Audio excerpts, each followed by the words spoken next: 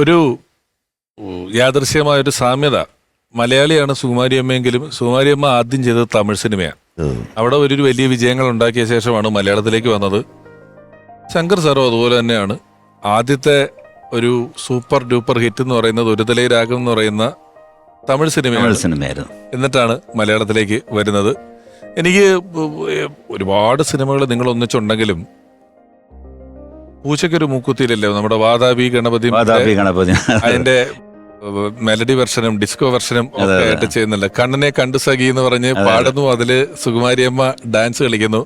ഇപ്പൊ ലാൽജോ സാറ് ഞങ്ങൾക്ക് പരിചയമുള്ളൊരു കാലഘട്ടത്തിലെ പറ്റി പറഞ്ഞു. ആ സമയത്തെ സുകുമാരിയമ്മ നിങ്ങളുടെ അടുത്തൊക്കെ ഈ പറഞ്ഞ പോലെയൊക്കെ തന്നെ ആയിരുന്നു 80കളുടെ ഒരു തുടക്കത്തിൽ?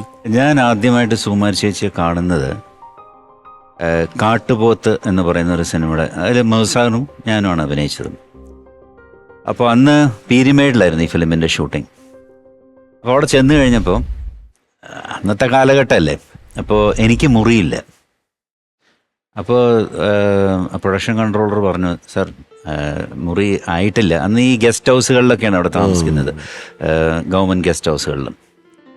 അപ്പോൾ പറഞ്ഞ് ഇവിടെ റൂമുണ്ട്, സാർ ഒന്ന് കുളിച്ചിട്ട് റെഡിയായി കഴിഞ്ഞാൽ ഷൂട്ടിങ്ങിന് പോകാം, തിരിച്ചു വരുമ്പോൾ റൂം റെഡി ആയിരിക്കും എന്ന് പറഞ്ഞു. ഞാൻ പറഞ്ഞു ശരി ഓക്കെ. ഒന്നും പറയാനൊന്നും പോയില്ല, അന്ന് പ്രതികരിക്കൊന്നുമില്ല. ഓക്കെ ശരി എന്നും പറഞ്ഞിട്ട് പോയി എൻ്റെ പെട്ടിയൊക്കെ അവിടെ വെച്ചു. ഞാൻ കുളിച്ച് റെഡിയായി ഷൂട്ടിങ്ങിന് പോയി. അപ്പൊ സുകുമാരി ഒരു പരസ്യം കയറ്റിക്കോട്ടെ, ഈ അന്ന് പ്രതികരിക്കൊന്നും ഇല്ല എന്ന് പറയുന്നത് ഒരു കാലഘട്ടത്തെ സിനിമയെ അടയാളപ്പെടുത്തുന്ന ഒരു കാര്യമാണ്. അഭിനയിക്കാൻ പോയൊരു സ്റ്റാറിന് റൂമില്ലാത്ത കാര്യമാണ് ഈ പറഞ്ഞുകൊണ്ടിരിക്കുന്നത്. ഇല്ല, അന്ന് ഞാൻ ഈ ഒരു തലൈ രാഗം 365 ദിവസം കളിച്ച സിനിമയാണ് തമിഴ്നാട്ടില്. മഞ്ഞിൽ എറിഞ്ഞ പൂക്കൾ അതുപോലെ വലിയ സൂപ്പർ. അത് കഴിഞ്ഞിട്ടാ പോകുന്നത്. അതാ ഞാൻ പറഞ്ഞു, അത് കഴിഞ്ഞിട്ട് പോയൊരു ഹീറോയ്ക്ക് റൂമില്ല, ഗസ്റ്റ് ഹൗസിൽ കുളിച്ചിട്ട് വരുമ്പോ വൈകുന്നേരം തരാഞ്ഞപ്പം ഞാനൊന്നും പറഞ്ഞില്ല എന്ന് പറഞ്ഞത് ഇപ്പം വളരെയധികം അപ്രീഷിയേറ്റ് ചെയ്യേണ്ട അല്ലെങ്കിൽ ചിന്തിക്കാൻ പറ്റാത്തൊരു കാര്യമുണ്ട്. അത് ഒന്നുകൂടെ കോട്ട് ചെയ്ത് പറഞ്ഞത്, അല്ലെ ഒഴുകി പോവത്. പറയൂ. അല്ല, സുകുമാരി ചേച്ചി അപ്പൊ ഷൂട്ടിങ്ങിന് പോയി. അപ്പോൾ സുകുമാരി ചേച്ചി അവിടെ ഉണ്ടായിരുന്നു, പരിചയപ്പെട്ടു. ആദ്യമായിട്ടാണ്, ഒരുപാട് സിനിമകളിൽ കണ്ടിട്ടുണ്ട്, പക്ഷെ ആദ്യമായിട്ടാണ് അവരെ നേരിട്ട് കാണുന്നത്. എൻ്റെ അടുത്ത് വന്നിരുന്ന് കുറച്ചു നേരം സംസാരിച്ചു. അതിനുശേഷം വൈകിട്ട് അവർ അതിൻ്റെ ഇടയിൽ ഷൂട്ടിങ് കഴിഞ്ഞ് പോയി.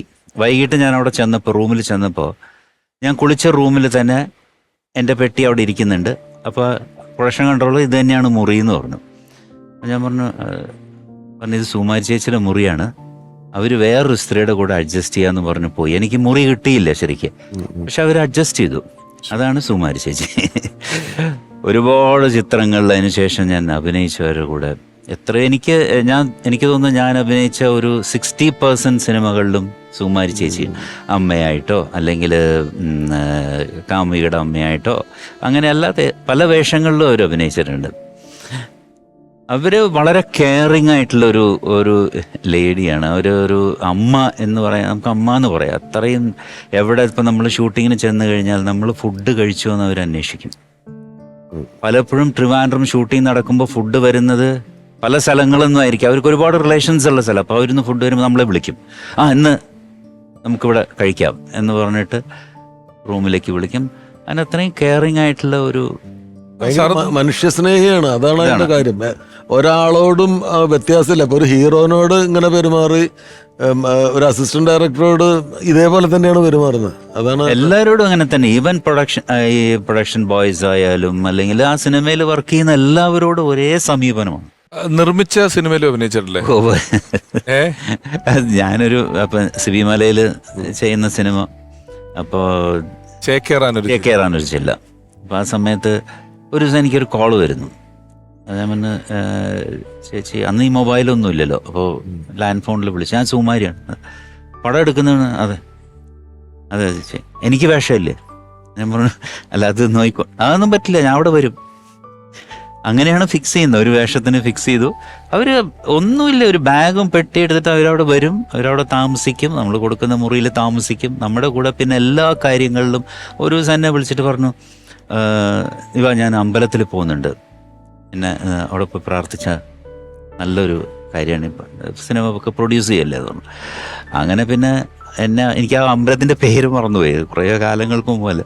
അവിടെ കൊണ്ടുപോയി പ്രാർത്ഥിച്ചു, തിരിച്ചു വന്നു.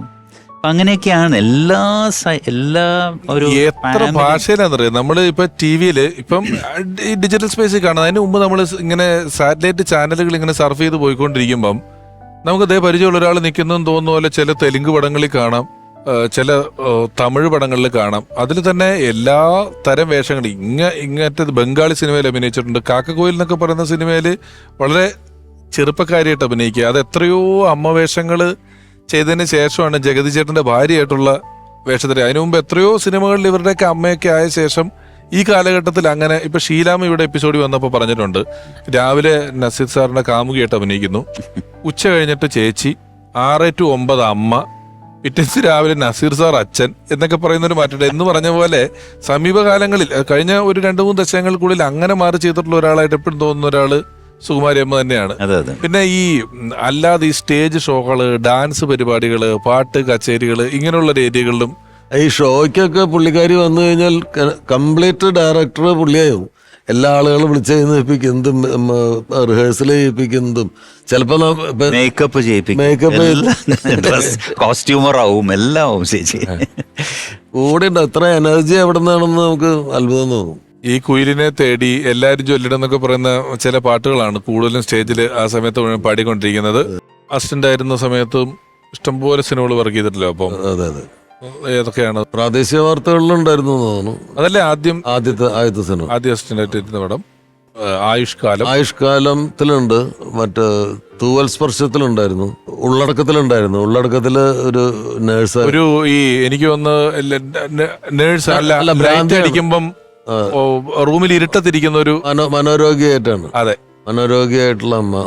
അതില് കുറെ സിനിമകളിൽ വിഷ്ണു ലോകത്തിലുണ്ട്. ഈവൻ ഇങ്ങറ്റ അതിനൊക്കെ ഇപ്പൊ നമ്മൾ 2020 എന്ന് പറയുന്ന സിനിമയ്ക്കുള്ളിൽ അഭിനയിക്കുകയാണ്. ആദ്യം ഒരു വളരെ പാവം സ്ത്രീയായിട്ട് വന്ന് അഭിനയിച്ച ഒരു അപേക്ഷിച്ച് മമ്മൂക്കയുടെ ക്യാരക്ടറിനെ പറ്റിച്ച് കുറച്ച് കഴിയുമ്പം ഒരു നാടക നടിയായിട്ട് മാറുന്ന ഒരു കഥാപാത്രമാണ്.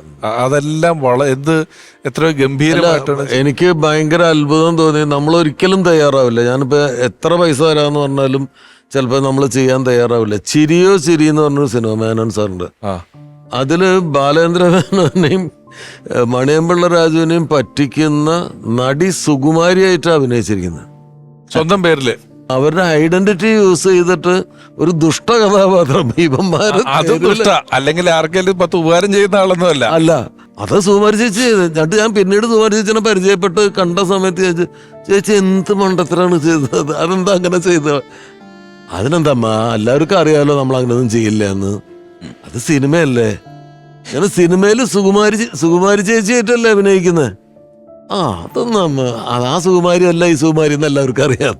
അപ്പൊ കുറച്ചൊരു ആ നിഷ്കളങ്കത കൊണ്ട് ചെയ്യുന്നതാണ് അതൊക്കെ. പിന്നീട് സിനിമ കണ്ടപ്പോ പുള്ളിക്കാർക്ക് തോന്നിയുണ്ടാവും ഒത്തിരി അബദ്ധമായിന്ന്. പക്ഷെ അതാണ് ഈ അത്ഭുതം തോന്നുന്നൊരു കാര്യം. ഇവരിത്ര ഇപ്പം നേരത്തെ ശങ്കർ സാറ് സിനിമ പ്രൊഡ്യൂസ് ചെയ്യുന്നെന്ന് പറഞ്ഞപ്പം അതെന്താ ഞാനില്ലേ എന്ന് അങ്ങനെ ചോദിക്കാനും പെട്ടിയെടുത്ത് വരാനും ഒക്കെ ഉള്ളൊരു മനസ്സെന്ന് പറയുന്നത്, ഇവ ഇത്രയും പടം ചെയ്തിട്ടും ഞാനൊരു വലിയ ആളാണെന്നുള്ള ബോധ്യമില്ലാതാവുന്നത് കൊണ്ടായിരിക്കും അങ്ങനെ ചോദിക്കാൻ തോന്നുന്നതേ. അല്ലെ വേണേ വിളിക്കട്ടെ. അല്ല ഈഗോ എന്ന് പറയുന്ന സംഗതി അവര് സിനിമ അഭിനയവും അല്ലെങ്കിൽ വ്യക്തി ജീവിതത്തിലും ഈഗോ പ്രോബ്ലം അവർക്ക് ഉണ്ടായതായിട്ട് ഞാൻ കണ്ടിട്ടില്ലേ. ഞാൻ എത്രയോ വർഷങ്ങൾ കണ്ടിട്ടുണ്ട്. ഒരു ഈഗോ ഇഷ്യൂ അവരെ അലട്ടുന്നത് എനിക്ക് ഒരിക്കലും തോന്നില്ല. അവര് സിനിമ തന്നെയാണ്. സിനിമയിൽ ജനിച്ച് സിനിമയിൽ ജീവിച്ച് സിനിമ ഇല്ലെങ്കിൽ ശ്വാസം മുട്ടി മരിച്ചു പോകുന്ന ഒരാളാണ്. എല്ലാ ചെറുപ്പത്തിലെ സിനിമയിൽ എത്തിയിട്ടുണ്ട്. 13 വയസ്സ് 14 നമ്മള് അവര് ചെറുപ്പകാലത്തൊക്കെ സിനിമ കണ്ടിട്ടില്ല.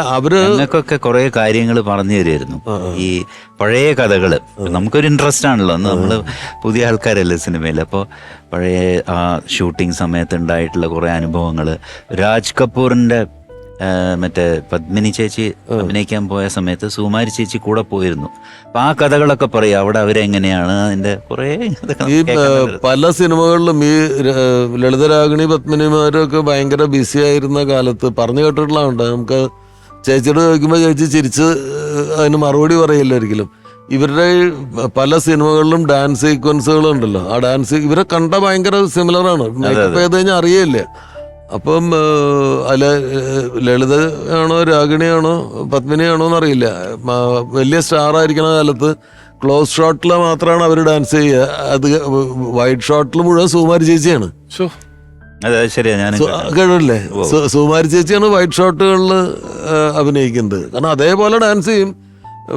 ഇതാണ്. അപ്പൊ അവര് റെസ്റ്റ് ചെയ്യാനോ അല്ലെങ്കിൽ മറ്റെന്തെങ്കിലും പ്രോഗ്രാമിനോ പോയി കഴിഞ്ഞാൽ വൈറ്റ് ഷോർട്സ് ഒക്കെ മാറ്റി വെച്ചിട്ട് വൈറ്റ് ഷോർട്ടിൽ സുമാരി ചേച്ചിയാണ് ഡാൻസ് ചെയ്യുന്നത്. അല്ല നമ്മൾ ഫോട്ടോസ് കളക്ട് ചെയ്തിട്ടേ വളരെ വേണ്ടപ്പെട്ടവരിൽ നിന്നൊക്കെ കളക്ട് ചെയ്തിട്ട് ഇപ്പം അമിതാഭ് ബച്ചന്റെ കൂടെയൊക്കെ ഉള്ള ഇതിനോട് ഫോട്ടോസിന്റെ എന്നത്തെയോ അമിതാഭ് ബച്ചൻ അത് അവിടെ തൊട്ടുള്ള അഭിനയങ്ങളിൽ സുമാരി ചേച്ചി ഉണ്ട്. ഇപ്പം രാജോ സാറ് പറഞ്ഞല്ലോ, ഒരു ക്രിസ്ത്യൻ അമ്മയുടെ വേഷമായിരുന്നു ആദ്യത്തെ സിനിമയിൽ എന്ന് പറയുന്നത്.